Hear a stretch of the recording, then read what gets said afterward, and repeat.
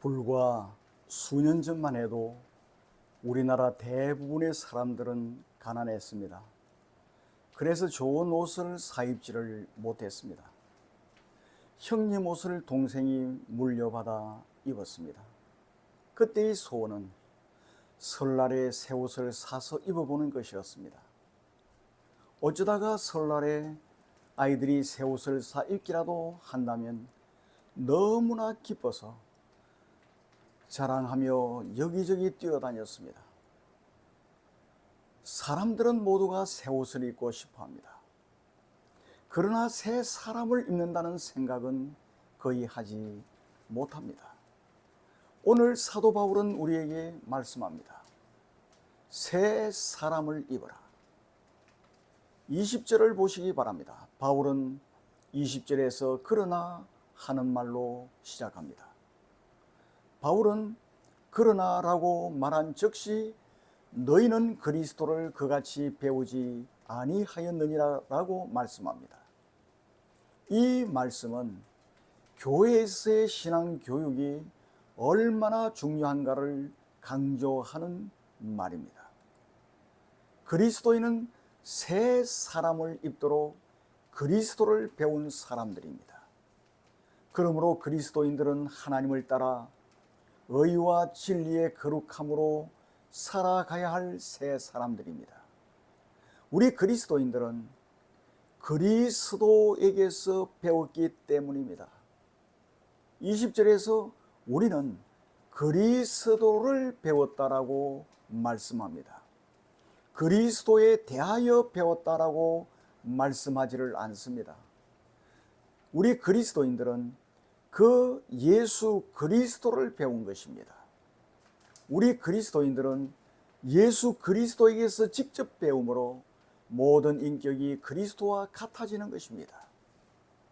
우리는 그리스도를 배운 사람이기 때문에 새롭게 창조된 그리스도인으로 살아가게 되는 것입니다. 새롭게 창조된 그리스도인은 그리스도인들의 목표에 이르게 됩니다. 그리스도인들의 목표가 무엇입니까? 에베소서 4장 3절에서 말씀하십니다. 그리스도의 장성한 분량에 이르기까지 되는 것입니다. 우리는 그리스도에게서 직접 배우기 때문에 당연히 예수 그리스도의 장성한 분량에 이르기까지 자라게 됩니다. 우리는 그리스도를 배워서 알게 된 지식 때문에 악한 세상이 가르치고 부추기는 것에 반대하게 되는 것입니다. 히브리 개념으로 안다는 것은 단순히 우리 두뇌의 활동이 아닙니다. 아는 것은 반드시 순종으로 이어져야 합니다. 만일 순종으로 이어지지 않는다면 아무것도 알고 있지 못한 것입니다. 우리는 그리스도를 배웠으므로 그리스도께서 하나님께 순종하신 것처럼 순종의 삶을 살아가야 합니다. 그뿐만 아니라 진리가 예수님 안에 있다고 말씀하십니다. 이 말은 예수 밖에는 진리가 없다는 말씀이에요. 그리고 진리가 그리스도 안에 있다라고 하실 때 있다라는 이 말은 현재 직설형입니다. 이 에스틴이라는 말은 불변의 진리를 나타낼 때 사용합니다. 진리가 예수 안에 있다는 사실은 시간과 공간을 초월하여 변치 않는 진리입니다. 예수를 떠나서는 진리가 존재하지 않습니다. 오직 그리스도 예수 안에서만 진리가 존재합니다. 그래서 예수 그리스도께서는 요한복음 14장 6절에서 내가 곧 진리다라고 말씀하셨습니다. 그리스도인들은 진리이신 그리스도로부터 듣고 배웠습니다. 그러므로 마땅히 옛사람을 벗어버리고 새 사람으로 살아야 한다고 22절에서 말씀하십니다. 또한 21절에서 그에게서 듣고라는 말씀은 예수 그리스도를 들었다는 말입니다. 이 말은 개인이 구원의 부름을 듣고 그 개인이 그리스도 예수께 응답한 것을 의미합니다. 어떻게 우리가 구원의 부름을 듣고 응답했습니까? 우리가 응답한 것은 예수 안에 있는 진리대로 복음을 전한 선교사들에 의해서입니다. 성경은 우리가 선교사님들로부터 가르침을 받는 것은 그리스도 예수로부터 가르침을 받는 것이라고 말씀하십니다. 그리스도인은 진리이신 그리스도 예수를 들었습니다. 에베소 교인들은 바울을 통해서 그리스도 예수의 복음을 들었습니다. 그리고 바울을 통해서 가르침을 받았습니다. 에베소 교인들이 바울로부터 그리스도를 듣고 가르침을 받은 것은 그리스도 예수로부터 직접 가르침을 받은 것이라는 사실을 이 본문은 말씀하십니다. 지금도 마찬가지입니다. 지금도 하나님께서는 주의 종들로부터 그리스도를 배우게 하십니다.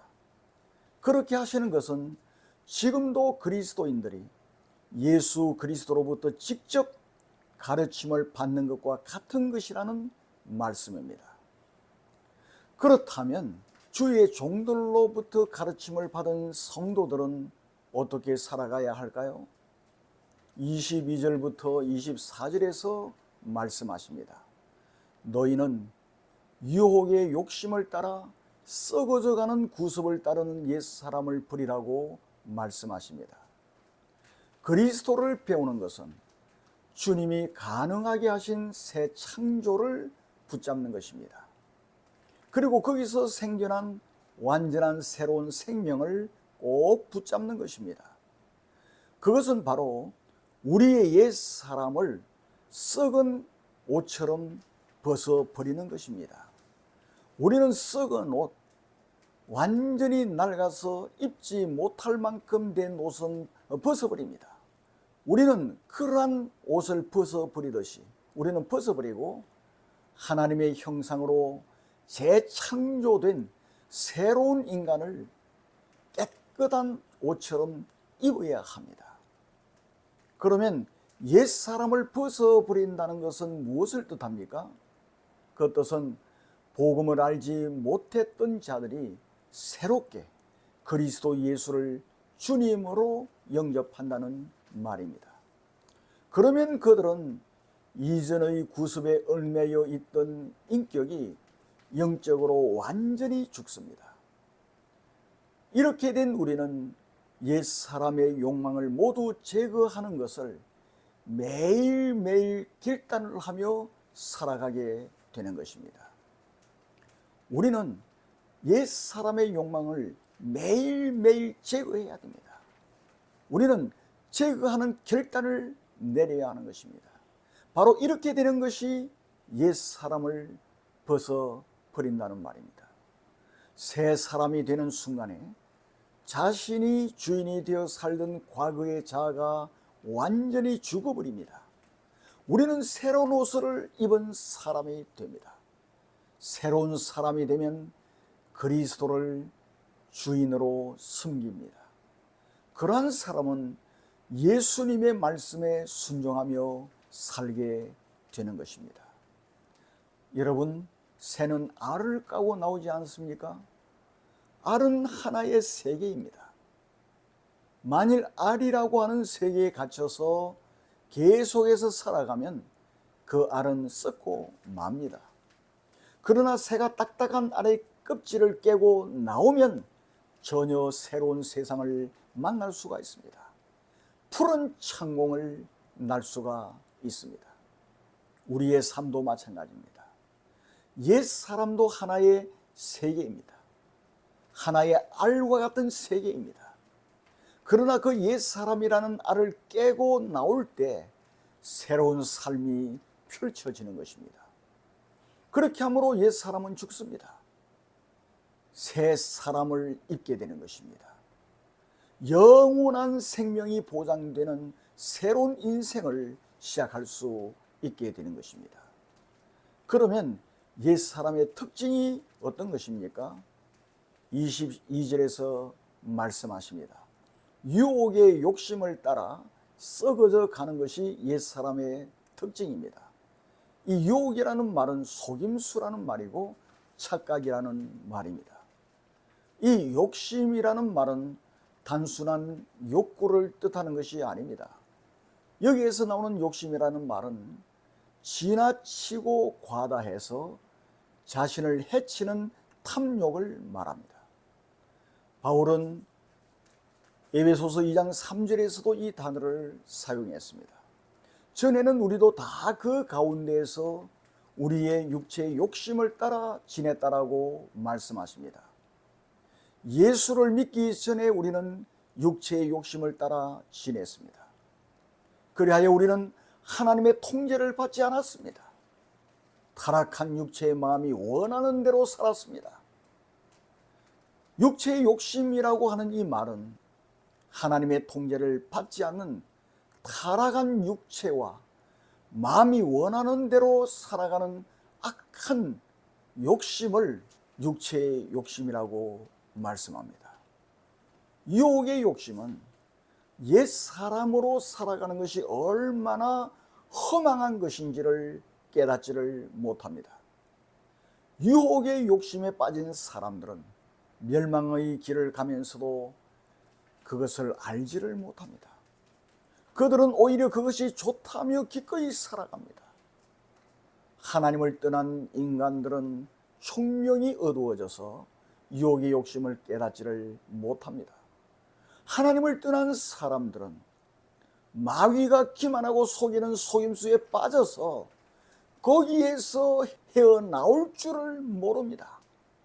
그냥 거기에서 살아가는 거예요. 그러한 모습이 어떤 모습입니까? 옛사람의 모습입니다. 유혹의 욕심을 따르는 자들은 필연적으로 썩을 수밖에 없습니다. 그래서 22절에서 썩어져 간다라고 말씀합니다. 썩어져 간다라는 말은 완전한 타락과 죽음의 길을 계속 살아간다는 의미입니다. 이 말씀은 수동형으로 사용되었습니다. 유혹의 욕심에 빠지는 사람은 자신이 썩어가고 멸망되어 가는 줄도 모릅니다. 그리스도를 배우지 아니하고 알지 못하는 사람들은 바로 옛사람의 상태입니다. 그러한 사람들은 계속해서 썩어져 가고 있어요. 불신자들은 몰락하고 파괴되어 가는 중에 있습니다. 그러한 사람들은 필연적으로 멸망에 이르게 되는 것입니다. 그러기에 새 사람을 입은 그리스도인들은 이러한 것을 다 벗어버려야 합니다. 이 벗어버리다는 말은 우리가 그리스도의 구원의 선물을 받아들이기로 단번에 결심한다는 뜻입니다. 우리가 그리스도 예수를 단번에 나의 구주로 모시기만 하면 옛사람을 벗어버리게 되는 것입니다. 그리스도인은 과단성 있는 삶을 살아가야 합니다. 미지근한 삶, 이것도 아니고 저것도 아닌 회색 지대에 살아서는 안 됩니다. 단호하게 유혹의 욕심에 따라 썩어져가는 삶을 단번에 청산해 버려야 하는 것입니다. 그렇게 함으로 오직 우리의 심령이 새롭게 되어야 합니다. 그래서 23절에서 오직 너희의 심령이 새롭게 되어라고 말씀하십니다. 우리가 옛사람을 벗어버릴 때 그 즉시 계속해서 심령이 새롭게 되는 것입니다. 그리고 이 동사는 현재 부정사예요. 부정과거 동사는 단번에 결심하는 행동입니다. 그 반면에 23절에 나오는 현대 부정사는 지속적인 행동이에요. 우리는 단호하게 옛것을 벗어버려야 합니다. 반면에 우리는 날마다 지속적으로 우리의 사고방식을 새롭게 해야 하는 것입니다. 이것은 한 번에 되는 게 아니에요. 계속해서 우리의 사고방식을 내적으로 새롭게 해야 하는 것입니다. 이교도들의 타락은 그들의 마음의 허망함 때문입니다. 그러나 그리스도인들은 계속해서 우리의 마음을 예수 그리스도로 새롭게 합니다. 명상으로 새롭게 하는 것이 아닙니다. 우주의 길을 다 모험으로 새롭게 되는 것이 아닙니다. 우리가 새롭게 되는 것은 우리의 마음을 오직 그리스도로 새롭게 하는 것에 달려 있습니다. 우리가 새롭게 되는 것은 인간의 힘으로 되는 게 아니에요. 그래서 새롭게 되어라는 이 말은 수동형으로 되어 있습니다. 옛사람을 벗어버리고 새롭게 된다는 말은 우리가 창조 때와 같은 원래의 상태로 하나님께서 회복을 시켜주시는 것입니다. 여러분 누구도 스스로 태어나지 못했습니다. 우리를 낳아주신 분은 어머니입니다. 어머니가 계시기 때문에 우리가 존재하는 것입니다. 우리가 새 창조물이 되고 새롭게 되는 것도 마찬가지입니다. 하나님께서 새로운 창조물로 우리를 낳아주셔야 합니다. 어머니가 우리를 낳아주셨을 때 우리는 어떻게 합니까? 부모님께 적극적으로 순종합니다. 예수 믿고 구원받은 사람도 마찬가지입니다. 하나님의 뜻에 적극적으로 순종하며 살게 되는 것입니다. 우리가 하나님께 순종함으로 우리는 계속 새롭게 되는 것입니다. 이러므로 24절에서 하나님을 따라 의와 진리의 거룩함으로 지으심을 받은 새 사람을 입어라 라고 말씀하십니다. 이 벗어버리는 것이 없다고 하면은 입음이 있을 수가 없습니다. 냄새나고 낡아진 헌옷을 그대로 두고 새 옷을 입는 사람은 아무도 없습니다. 헌옷, 썩어진 옷을 벗어버려야 새 옷을 입을 수가 있는 것입니다. 우리는 옛사람을 벗어버렸습니다. 우리는 옛사람을 혐오합니다. 우리는 옛사람으로부터 돌아섰습니다. 그리고 하나님이 창조하신 새 생명을 기쁨으로 환영하고 아멘하고 받아들였습니다. 우리는 그렇게 함으로 새 사람을 입었습니다. 여기에서 말씀하고 있는 입는다는 동사도 단번의 행동을 가리킵니다. 우리는 단번에 새 사람을 입었습니다. 우리는 옛날에 입었던 그 낡은 옷을 결코 다시 입지 않습니다. 우리는 그 옷을 이미 버렸습니다. 중요함으로 다시 말씀을 드립니다. 24절에서 말씀하시는 입다라는 말은 단번의 행동입니다. 그러나 23절에서 말씀하시는 새롭게 되어라는 말은 계속적인 삶을 의미합니다. 신자가 예수 그리스도와 같아지는 새롭게 되는 과정은 계속적인 매일의 과정이요 매일의 삶을 통해서 이루어지는 것입니다. 변화는 우리의 심령에서부터 시작됩니다. 우리 심령이 변화될 때 우리 인격과 우리의 삶 전체가 변화되고 새롭게 되는 것입니다. 그래서 계속 새롭게 되는 행동을 우리가 해야 변화가 되는 것입니다.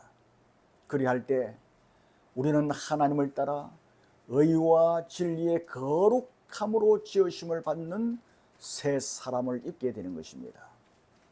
그러면 우리가 어떻게 해야 심령으로 새롭게 됩니까? 그 첫째는 심령을 새롭게 하는 활동에 참여를 해야 됩니다. 빌립보서 4장 8절과 9절에서 말씀하십니다. 무엇에든지 참되며 무엇에든지 경건하며 무엇에든지 옳으며 무엇에든지 정결하며 무엇에든지 사랑을 받을 만하며 무엇에든지 칭찬을 받을 만하며 무슨 덕이 있든지 무슨 기림이 있든지 이러한 모든 것을 생각하는 삶을 살아갈 때 우리는 새롭게 되는 것입니다. 그리고 두 번째는 세상이 아니라 하나님 닮기를 소원을 해야 됩니다. 로마서 12장 2절에서 말씀하십니다. 이 세대를 본받지 말라는 겁니다. 오직 마음을 새롭게 함으로 변화를 받으라는 겁니다. 그렇게 함으로 하나님의 선하시고 기뻐하시고 온전하신 뜻이 무엇인지를 분별하는 삶을 살아갈 때 우리의 심령으로 새롭게 됩니다. 그리고 세 번째는 하나님의 말씀이 내면으로부터 신자들의 행동을 변화시키도록 항상 하나님의 말씀을 연구하고 우리의 삶에 적용을 해야 합니다. 디모데후서 3장 15절과 16절에서 말씀하십니다. 우리를 능히 구원에 이르게 하는 지혜가 있게 하는 것, 그것은 하나님의 감동으로 된 성경 말씀입니다. 그렇기 때문에 우리는 이 성경 말씀을 부지런히 연구하고 적용을 할 때 우리는 심령으로 새롭게 되는 것입니다. 23절에서 새롭게 되어라는 시제는 매일의 삶을 나타낸다는 것을 기억해야 됩니다. 우리의 영은 하나님의 성령에 의해서만 새롭게 될 수 있습니다. 성령 하나님께서 우리를 변화시켜 가시지만 우리는 매일 심령을 새롭게 하는 삶을 살아가도록 해야 합니다. 세상이 아니라 우리는 하나님을 닮기를 소원을 해야 돼요. 그리고 우리는 매일 하나님의 말씀인 성령을 연구해야 됩니다. 그리고 그 말씀을 우리 삶에 적용을 해야 되고 그 말씀에 나를 쳐서 복종을 시켜야 하는 것입니다.